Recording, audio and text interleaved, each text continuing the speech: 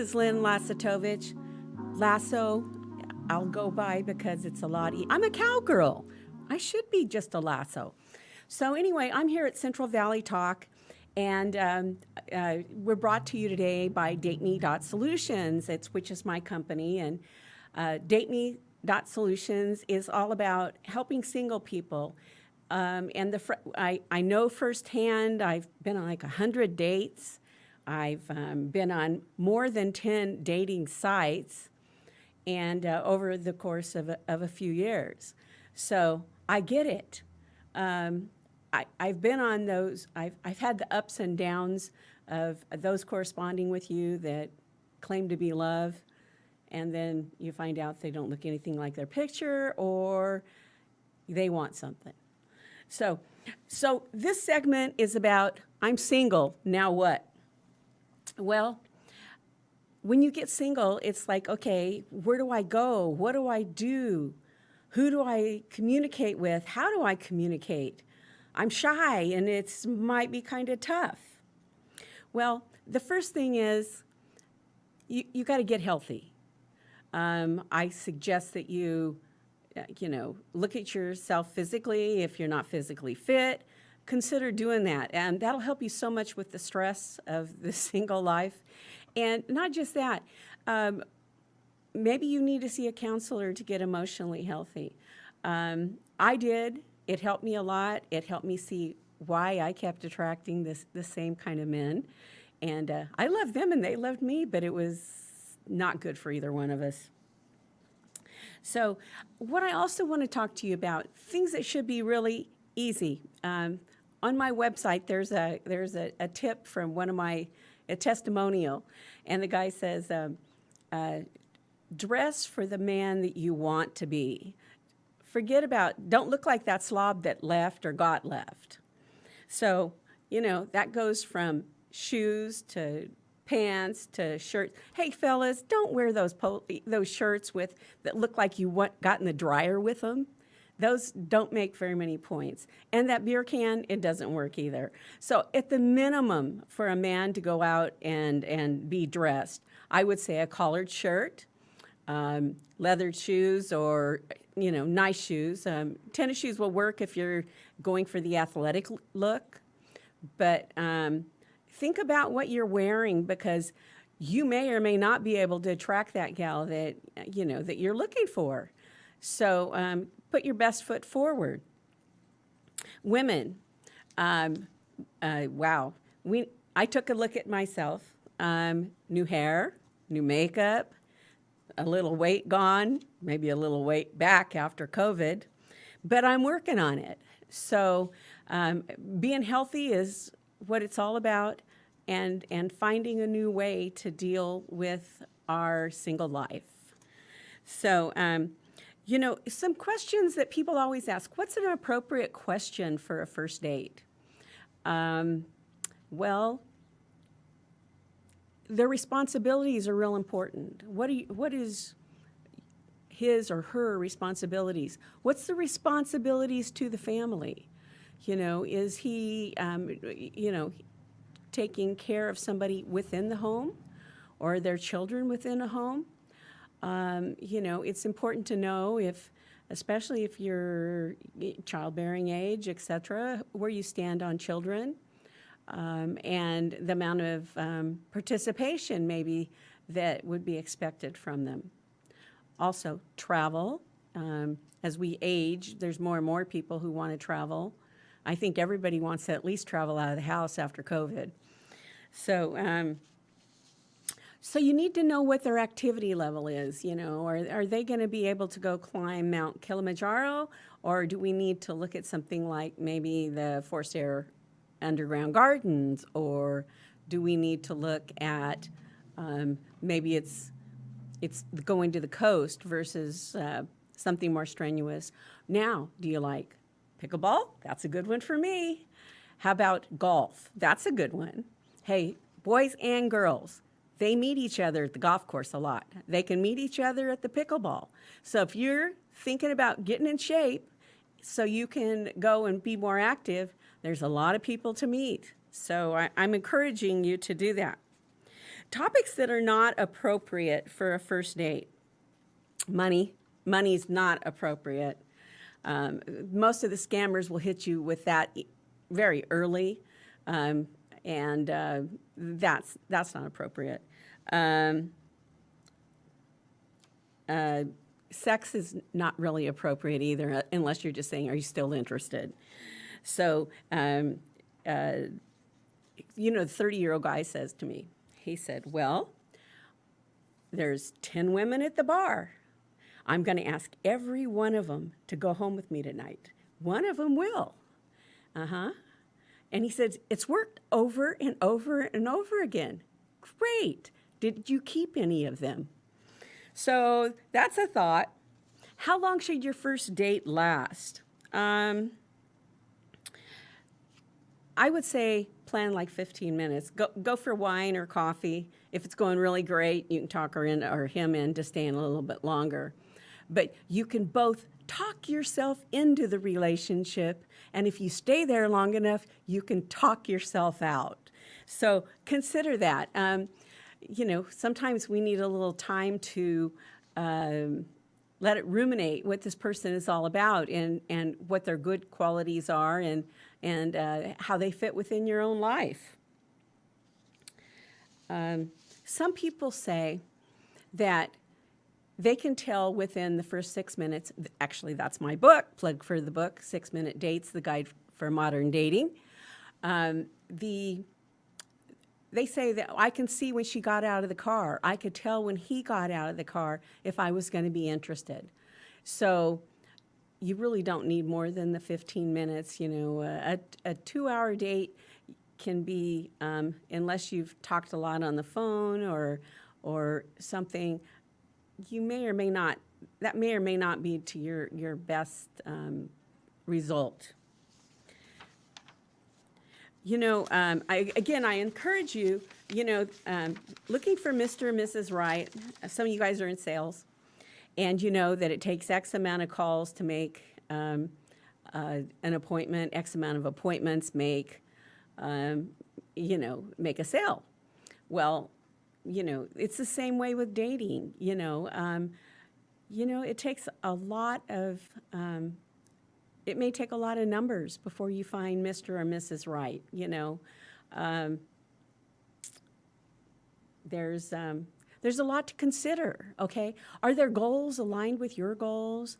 Is their family life and their religion or whatever's important to them aligned with yours? Or do you want to move out of the area? And, those are things that you should talk about up front, because you can have Mr. or Mrs. Wonderful, and if you're getting stationed across the country, that may or may not be something that they're willing to do. So do it up front before you fall in love and think he's so cute. So,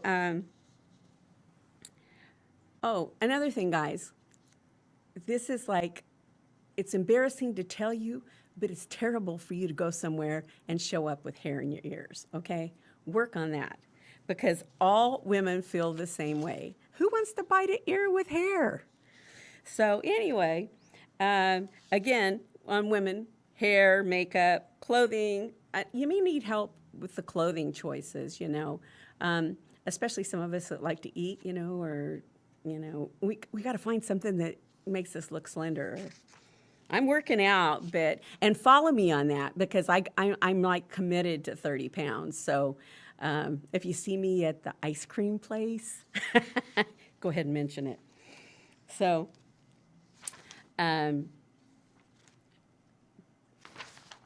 okay, let's look here. Things that you might want to consider.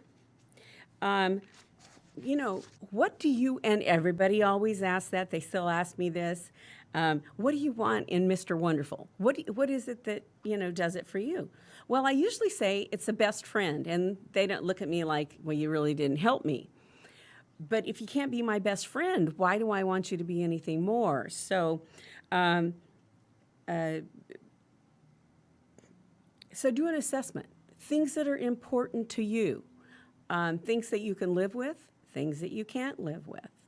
So, and something that's interesting, Women very often will be single for quite some time, especially if they've had a loss of some kind.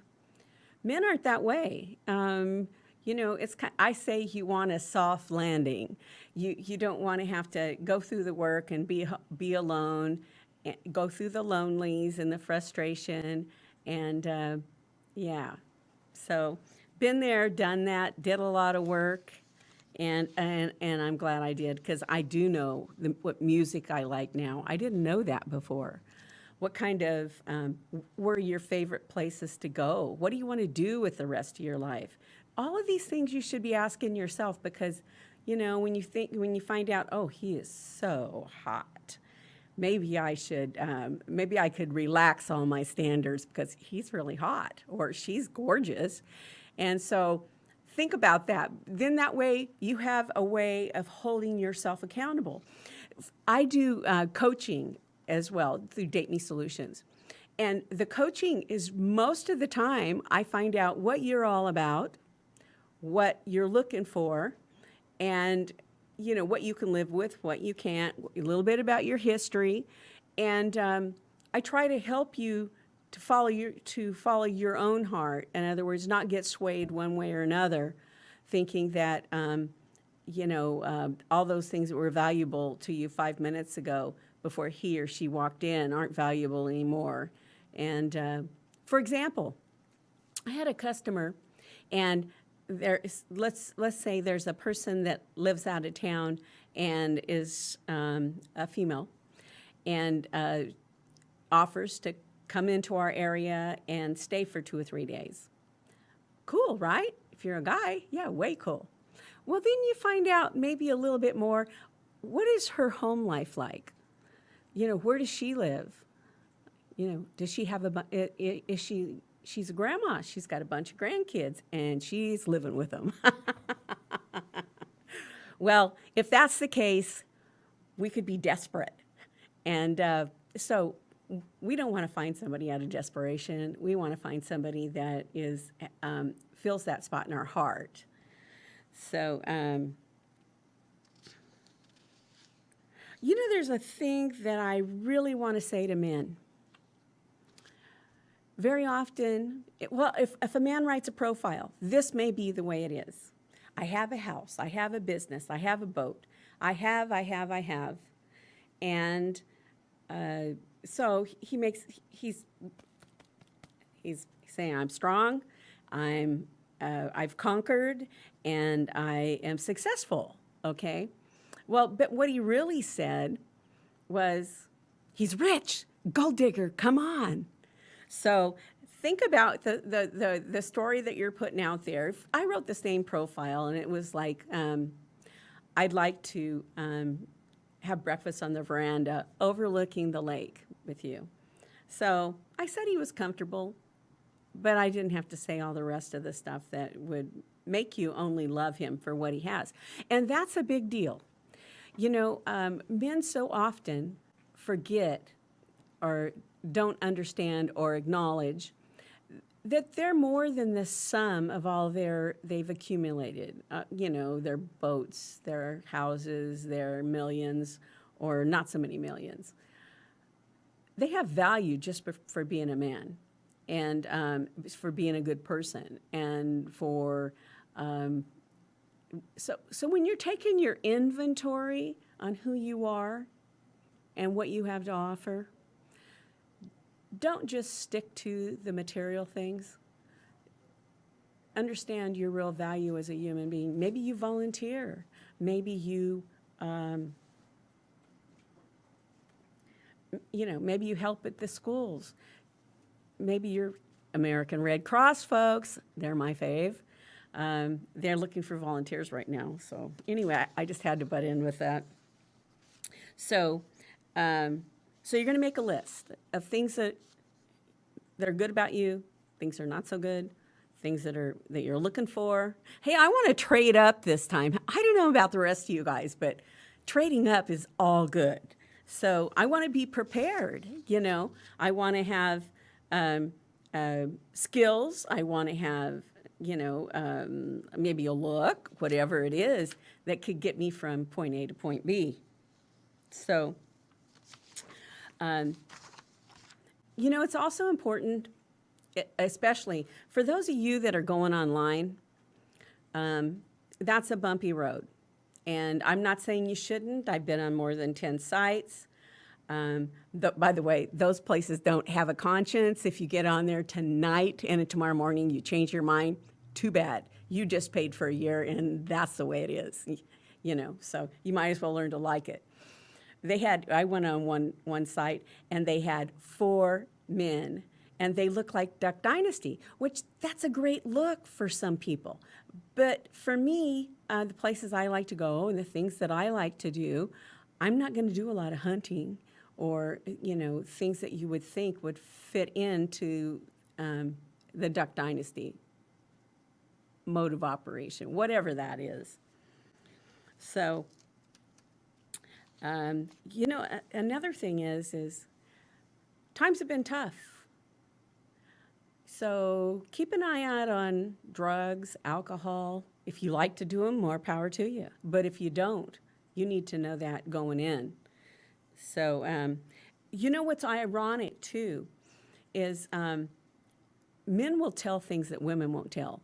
Women should not tell.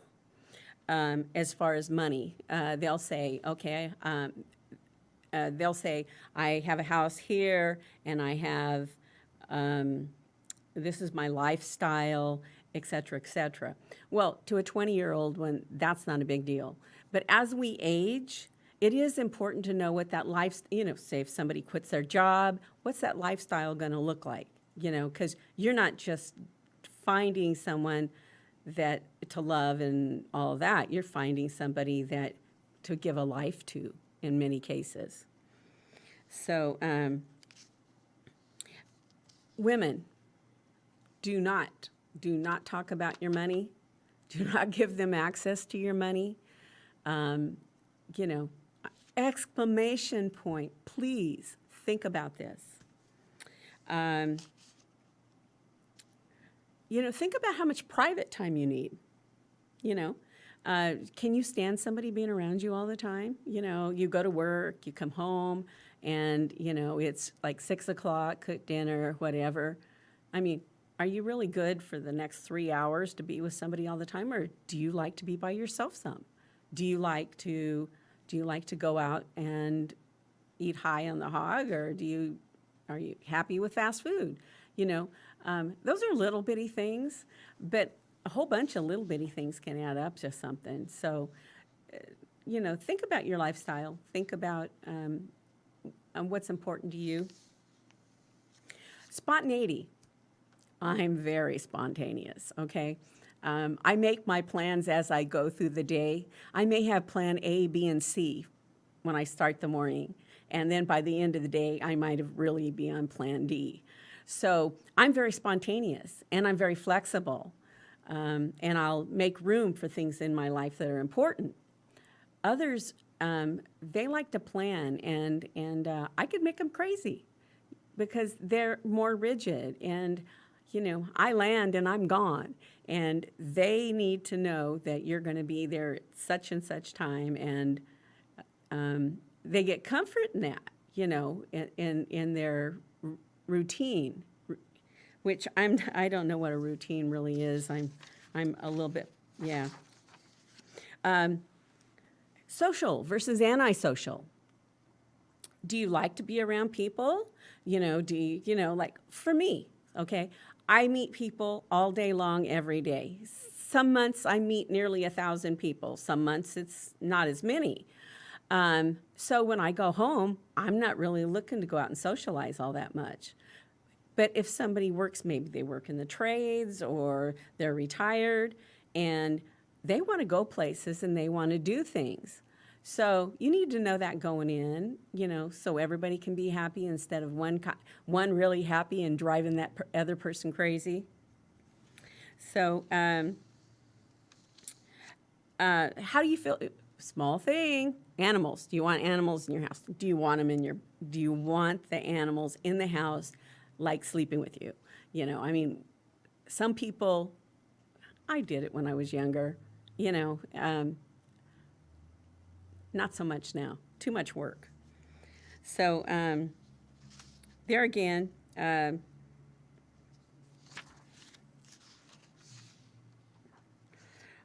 want to talk to you about dating do's and don'ts. Actually, I'm going to tell you a true story. This has been a long time ago. I was in Visalia, and I was having lunch with my mom, and I was at a Chinese restaurant. And when I walked out of the restaurant, I got a phone call from somebody that said, saw you online, and you just had Chinese food, huh? Wow. Well, that send shivers up and down your spine. It sure will. I mean, he looked like he was off the cover of GQ, so you kind of did listen, but that's freaky. So all I'm saying is be cautious. Always meet in a public place. And no, the park is not a public place. They have all kinds of bathrooms, all kinds of trees. You need to be somewhere where people, can know you're there and respond, if necessary. Oh, for those of you that are online especially, hey, get some photos on there that are the real you. You know those photos with, that were 20 years ago? You're not fooling anybody. Those with cleavage that comes all the way down to your navel. The kind of guys that you're going to get with that may or may not be what you're looking for. So be tasteful in your photos. And no, those bathroom photos, those are terrible. And if you got a wife beater t-shirt on, just forget it. So that's not a good choice. So, funny thing is, you usually think about guys and fat girls, right? Have been really heavy in my life. Okay, so I'm talking about me and nobody else. Men get upset if you have a picture online and you're like a size 10 and you're like a size 17 or 18 or whatever now. They won't take that kindly. They won't be near as graceful, I think, as a woman. But you know what? It happens going the other way, too. I had a date with a nice guy. He's a great catch. He was like 175 in his picture, and he weighed like 275 when I met him in a pair of shorts and a really nice shirt, but he couldn't wear long pants anymore. So it's just, oftentimes we think, well, what's going to happen is they'll fall in love with me. They'll find out I have a wonderful personality. And you know what? They'll just overlook all that other stuff. Well, it seems like that would be possible, but in reality, they feel cheated. They feel that you have gotten their attention and you've been covert, you've not been honest, and now to build a relationship on something that isn't honest will most often kill the relationship before it even gets a chance to start. Oh, and here's a good one. Don't tell them on the second date you're in love with them. Oh my gosh. Run, Forrest, run. No, there's a lot of us out there that are commitment phobic.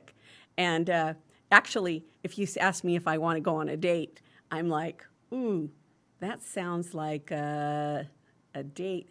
That sounds like a commitment, So I suggest that you give a woman a couple choices of where you want to go and what you want to do and draw a picture for her brain so that she's not thinking a date.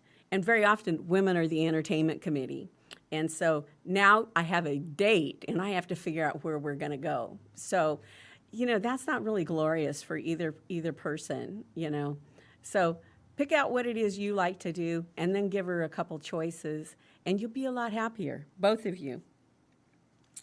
Don't publish your phone number on the internet, like any of the sites or anything like that. Some people I've talked to men and women that will just put their phone number up there very easily. Let me tell you what happens. Sometimes people sell your number. Yep, they've sold mine. Sometimes they will, you'll end up with call centers that are people wanting to date you. So, it's buyer beware. I have met some wonderful men online, and I have met a lot of them that were not the age group that they said they were. They were not, scams. You want to talk about one? Okay. I'm getting out of the military in 3 weeks, and I want to establish a life right there in Fresno, okay?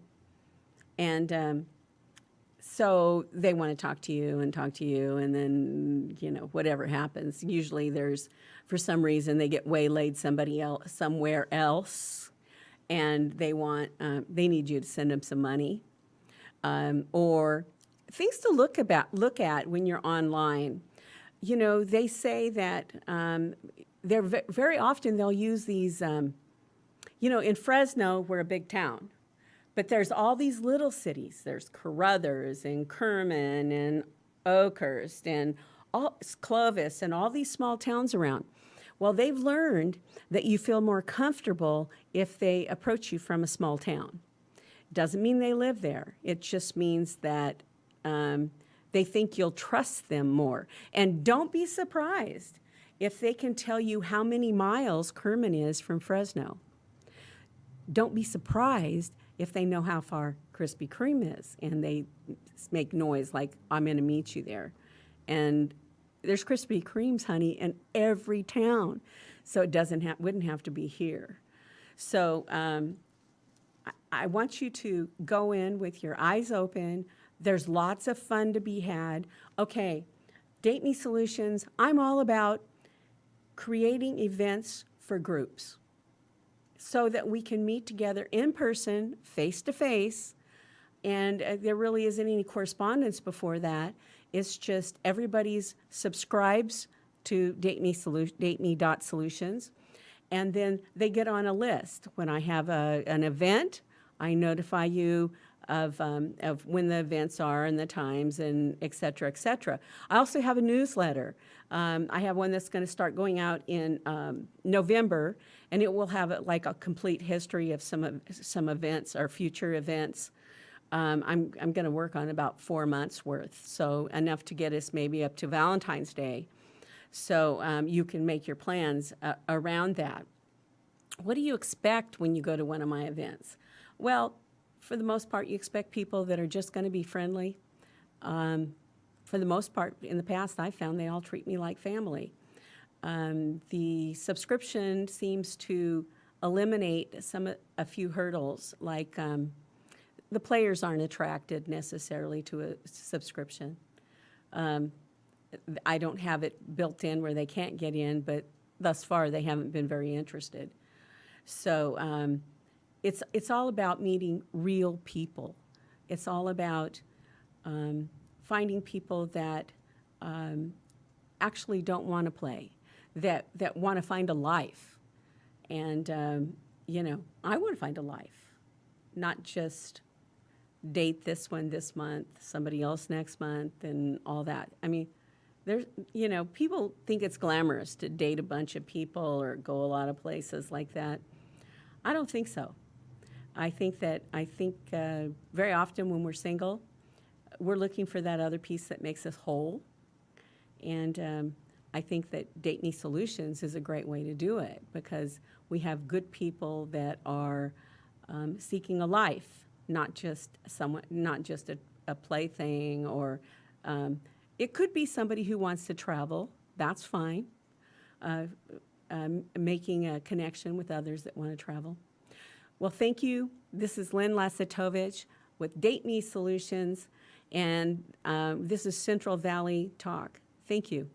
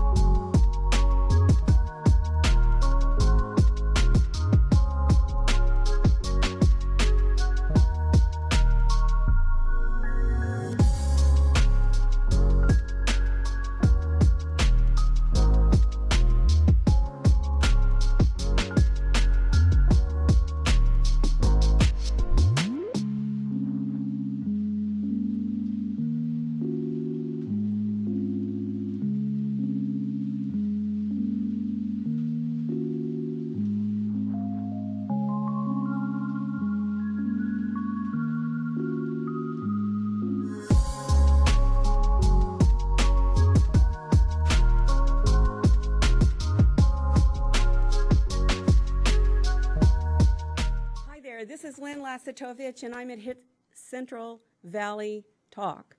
So excited to be here. At last we have some air that we can breathe. October the 6th, and we've got Lori Wilson, the Executive Director with the American Red Cross, and she has some things that she can tell us how the Red Cross not only serves people throughout the world, but the big differences that they're making right now in our community. Lori, welcome. Hi, thank you so much for having me. Did you, can you tell us what the mission for the Red Cross is? So the mission of the American Red Cross is to alleviate human suffering in the face of an emergency through the power of volunteers and through the generosity of donors. We can't do any of the work we do without our volunteers, and certainly not without the donations that from the individuals and the businesses that support the work that we do. Well, we've had some real big disasters here in the Central Valley, and the Red Cross, I understand that when the Red Cross comes in, you virtually wrap your arms around the people. You see to it that their needs for food and shelter and everything is taken care of. Could you tell us a little bit about what's going on in our area and how the Red Cross responds to that? Sure. So most people think of the Red Cross, most people's first interaction with American Red Cross is probably through a first aid, CPR, maybe it's a swimming class, as a youth, or it's through the donation of blood, right? So that's where most people interact with the Red Cross and what they think of the most. And then they think of the big things that they see on TV, the Hurricane Katrinas, the, Hurricane Maria, and all of the things that we see, and Ida that we just had, in the wildfires, the huge wildfires. So they think of us in terms of big disasters. But what most people don't understand or realize is the work we do every single day in our communities. We were founded on the battlefield over 140 years ago by Clara Barton, serving our military, making sure our service members were taken care of. We still do that today. Every single day, we receive calls and help with facilitate emergency communications between family members and their service members who are stationed abroad. We provide support and resources to our family members, our veterans, and our active duty. We respond on average here in the Central Valley to 2 to 3 fires a day of home fires, making sure that people who've lost their homes have a safe place to be while they figure out their next steps. In addition to that, we have the larger fires and the disasters that we all think of and know of and think of the Red Cross. Right now, of course, supporting the fires that are happening in Tulare County. We have volunteers from all over the valley, even some from the coast, who are stepping in to make sure that people have shelter and care. Our role is immediate relief, to make sure that people in the immediate hours after the disaster, whether it's a small home fire or a large disaster, have a safe place to go, food to eat, and receive the comfort that they need and the information that they need. And then we start working as things change to what's the next steps so that people can get their lives going again and begin that steps to recovery. And start working with our community and our community partners, because we do not do it alone. We can't do it alone. We work very closely with the community and other community partners and organizations to make sure people have access to the help that they need. So that's kind of the Red Cross in a quick nutshell. I was really surprised to hear how many fires, even in our area, our community. the Central Valley, how many fires that we have a month on a regular Yeah. basis. And and it averages. Some months are busier than others. So like July of this year we doubled what we did last July in terms of the number of home fires. And you hear about it on the news every day when they interview and talk to the fire department. So it's nothing new that we're hearing. The number of fires and the number of responses is increasing. I don't know the reasons for all of that. I just know that the need is there, and if we're called, we respond. In Tulare, you had a special call out. You were looking for volunteers for anywhere, but what resonated with me is I was born here in Fresno. It resonated. Tulare's in our backyard, and that you guys needed lots of volunteers for there. And when I think of volunteers, I very often think, oh, well, the people in the shelter. But there's so much support staff and everything, and it doesn't mean that you have to maybe donate 2 weeks. Maybe it's hours. Can you tell us about that? So when a disaster like the fires happen in our backyard that's happening in Tulare, if we open a shelter, we have to staff that shelter 24 hours a day. We have to make sure that the people are cared for. So that requires manpower, right? It requires people, and we don't ever let anybody, we always have a minimum of 2 people. We don't let people work alone. It's a safety issue as well as just, being able to take care of people adequately. So that whenever that happens, our need increases.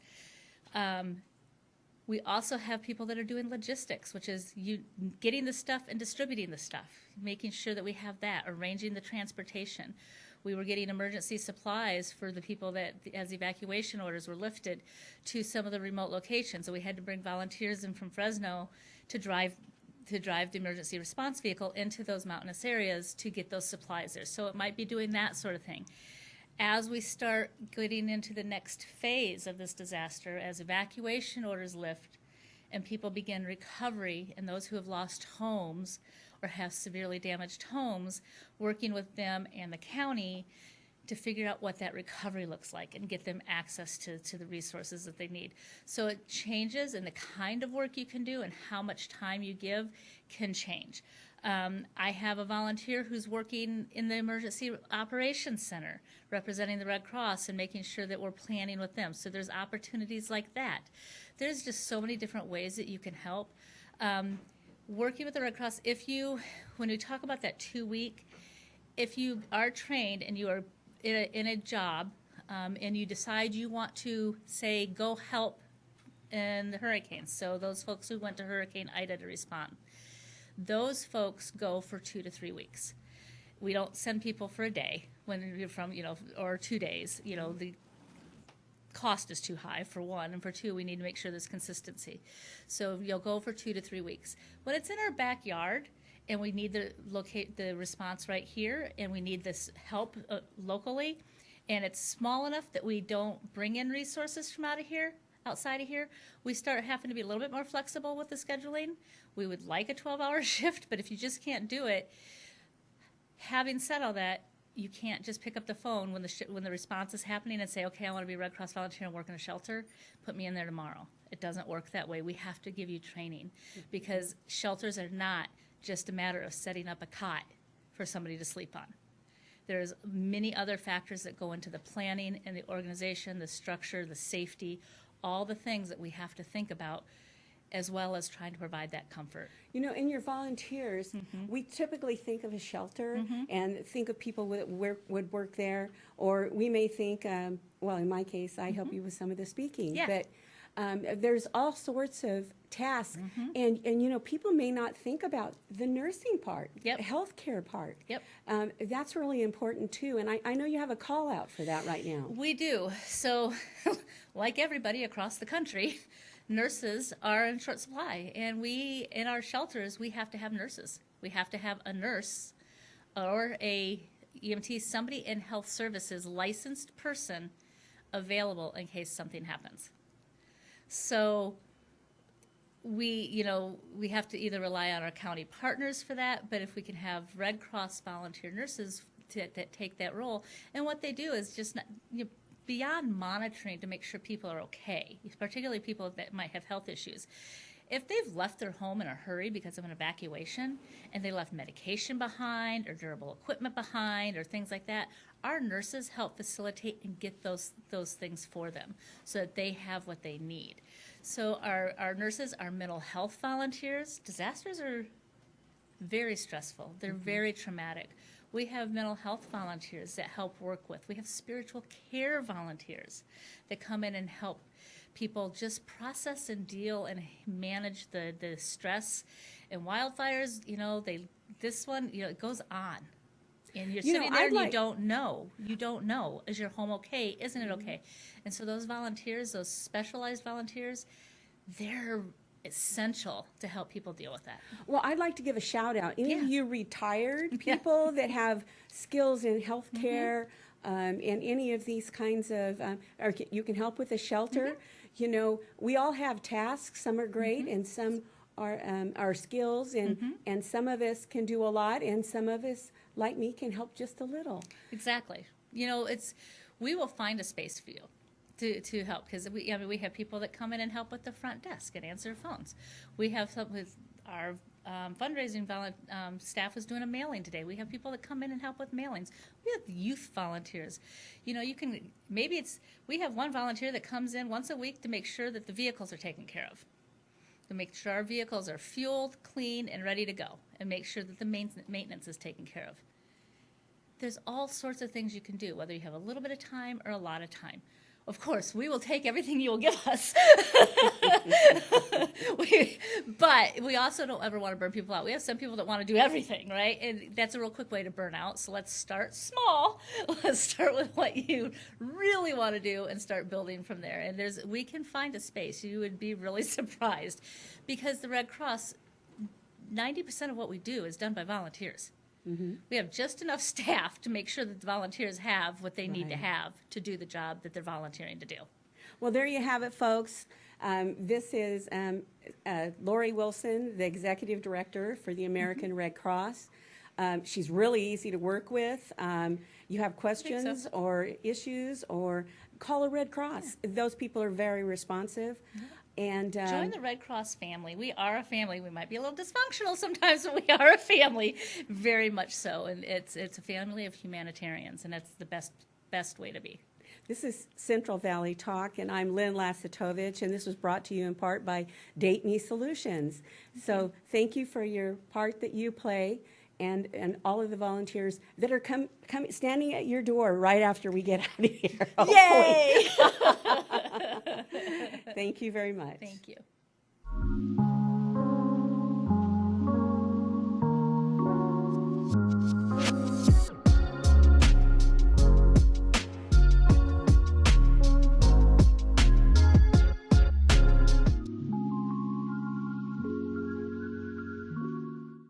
Hello, I'm Lynn Lassotovitch, and I'm with Central Valley Talk. Today's October the 6th, and we finally can breathe the air that's outside. So that part is fun. We're here to, I have Janie Jukovic. Did I pronounce that right? That's close enough. She also goes by Janie J. I get that one a lot easier. So Janie's all about talking about how her life has changed and how she can help you to build a better life, help you through maybe some of the stumbling blocks that we had to go through so that you don't have to. Janie, you said that what I got from your book is which is typical, you kind of lost yourself after getting out of a long-term relationship. Exactly. And you had to, can you tell me about finding yourself? Okay. I was in my 60s. My husband of a long time, 35 years, he left one day, and I basically decided to reinvent my life. I thought, my life is in shambles. I'm tens of thousands of dollars in debt. I just started a new job as a real estate broker in commercial real estate. I had a big, expensive, my dream home. Finally, that was a big deal to me because we'd moved around for a lot of years with him being in the military. So I just said, I'd been working and working so hard, and I just told myself, I cannot live the rest of my life like this. It's not doable. I'm going to burn out. I'm going to have a heart attack or something. And I didn't like working that hard. So I decided to figure out how to live my best life. And so I spent a lot of time reflecting and trying to figure that out. And as a result, I wrote my first book called Live the Life You Have Imagined, which is simple ways to start living your best life. And then I wrote another book about, it's called Single in 60, and that was about my personal struggle and getting through the divorce and figuring out life on my own. And it's kind of humorous. And if anybody knows or remembers Irma Bombeck, it's kind of like that. You know, funny instances of things that broke and me trying to fix them. And also it shows a will and determination of someone that will go alone. For instance, one time I remember when everything kept breaking at my place, I just sat in my car in the garage and cried, and I shouted out to God, if this is if you are trying to tell me that I need a man in my life, I'm not going to do it. And I was like determined, you know, one more thing broke and I had to fix this and that, and it was at times it was pretty hard. And I mean, I was doing things like changing tires on the golf cart before I went to a business meeting for real estate, and I learned a lot of things like don't wear white pants and that kind of stuff. But so I write books to help encourage people to live their best life. And then, And if I could butt in, she is a bestseller as of this week. Yes, yes. Another number one, isn't it? Yes. Last week we launched my fifth book, this book, and it was on Kindle, and it made number one in at least 2 categories. And Show us the little badge on it. Oh, Yeah, there you go. and Yeah. then yesterday we launched again for the paperback, and we got number one in at least 2 categories. So it's kind of different than my first books. This is the categories have to do with religion and spirituality, New Age. One's channeling, another one was past lives, another one was graphology, which means writing. I didn't know what that was. So what happened is on my journey of self-discovery, I spent a lot of time every day being quiet and trying to figure out answers. Because if you've been a workaholic like I was, I call it spiritually starved workaholic, you just don't ever have time to sit and think about, is there more to life? You know, you're so busy working and doing, you never have a chance to be a human being. And so I spent a lot of time doing that, and I was able to tap into my intuition, and I was able to become what I would call a channel between this realm and the spirit realm. And so I can tap into wisdom and guidance from that realm, that dimension, however you want to call it. And that was quite odd for me. I didn't know anything about that. So I was really afraid to tell anyone for a long time. I was really surprised in your book that, you know, you talked about religion and you talked about God, and then you talked about other ways to referring to God, and I was surprised. Right. Well, what I believe, and this is what I was told through my spirit guides, because again, I tapped into my intuition and I would hear these voices and they would give me guidance, and I started calling them my spirit guides. I didn't know people had that. It wasn't until later, and I Googled it and read other books, that everybody has spirit guides. They told me that, but I didn't believe them until I went and checked, and there's all kinds of books on spirit guides. But they told me that there's more than one way to God, and it doesn't matter what you call him or her, God, the universe, source, whatever. It's all the same thing. And the reason we have different religions, and the reason you have spirituality, which isn't necessarily a certain religion, is because different ways resonate with different cultures. If you think about it, you know, if you grew up in the Middle East, then it's more likely that you'll be Muslim. And if you're, you know, depending where you live in the world, or how you grew up, whether or not you're Catholic or Protestant or Jewish or whatever. But it doesn't really matter, because all religions teach the same things. You know, one of the things too that I find interesting, and I see that a lot of people, when they become single again, especially the older, how did you you recreated yourself? Right. Well, I started by one of the things I found out when I wrote my first book is that women neglect self-care. And honest to goodness, I didn't know what self-care even was. I didn't realize that you needed to take care of yourself because I grew up in the 50s, so we were taught that you take care of your family and then, then we could work outside the home, so you could do that too, but you still had all your responsibilities at home. And there wasn't any such thing as a mommy time or me time. It was like, it was so far off my radar, it would not have even been, I wouldn't even have thought I was allowed to like go get a pedicure or go to lunch with my girlfriends or go to a movie. It was like, well, there was always something to do. And I look back now and I laugh because, it was be nothing for the men to go off and be gone all day Saturday to go play golf and drink. And then, the woman's home, taking 2 kids to soccer practice, cleaning the house, doing the grocery shopping and all that. Well, that was my life. So I learned that I needed to tap into self-care.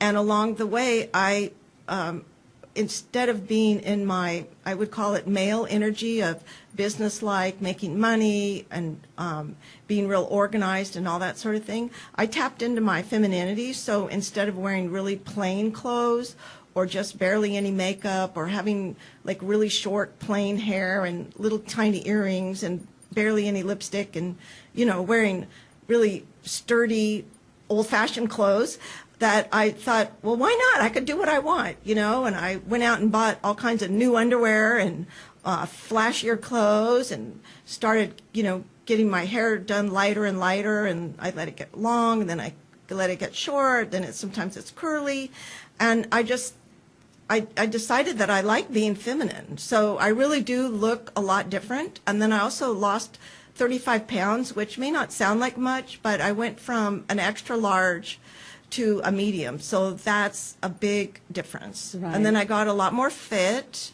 I went. You're a jogger now. Right. I actually I went to a boot camp a few years ago and got in shape, and then I started jogging. And a friend recruited me to what they call it a master's level running group, which just means it's people over 50. And I ran with them, and they talked me into going to meets. And 2 years ago, I went to the National Senior Games in track and field, and I placed in the top 10 in the nation in 2 events. And that might not sound like much, but it was a lot of work.